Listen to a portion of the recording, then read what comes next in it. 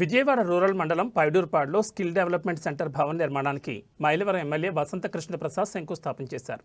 ఈ సందర్భంగా శాస్త్రోక్తంగా భూమి పూజ చేశారు. దీని నిర్మాణానికి DMF నిధుల నుంచి 25 లక్షలు మంజూరయ్యాయి. ముందుగా గ్రామంలో జాతీయ గ్రామీణ ఉపాధి హామీ పథకం నిధులు 42.80 లక్షల వ్యయంతో నిర్మించిన సిమెంట్ రహదారులను ప్రారంభించారు.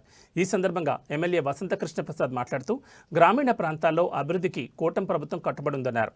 మైలవరం నియోజకవర్గంలో కోట్లాది రూపాయలతో అభివృద్ధి పనులు చేపట్టినట్లు వెల్లడించారు.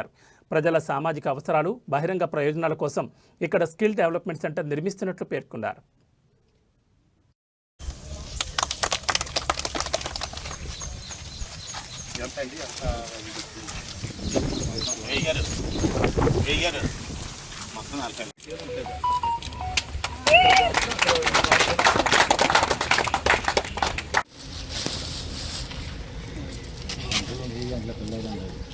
కేంద్ర సెంటర్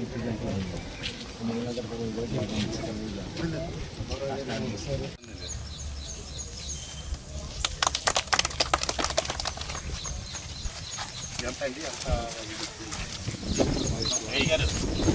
వేయగారు మొత్తం 40 లక్షలు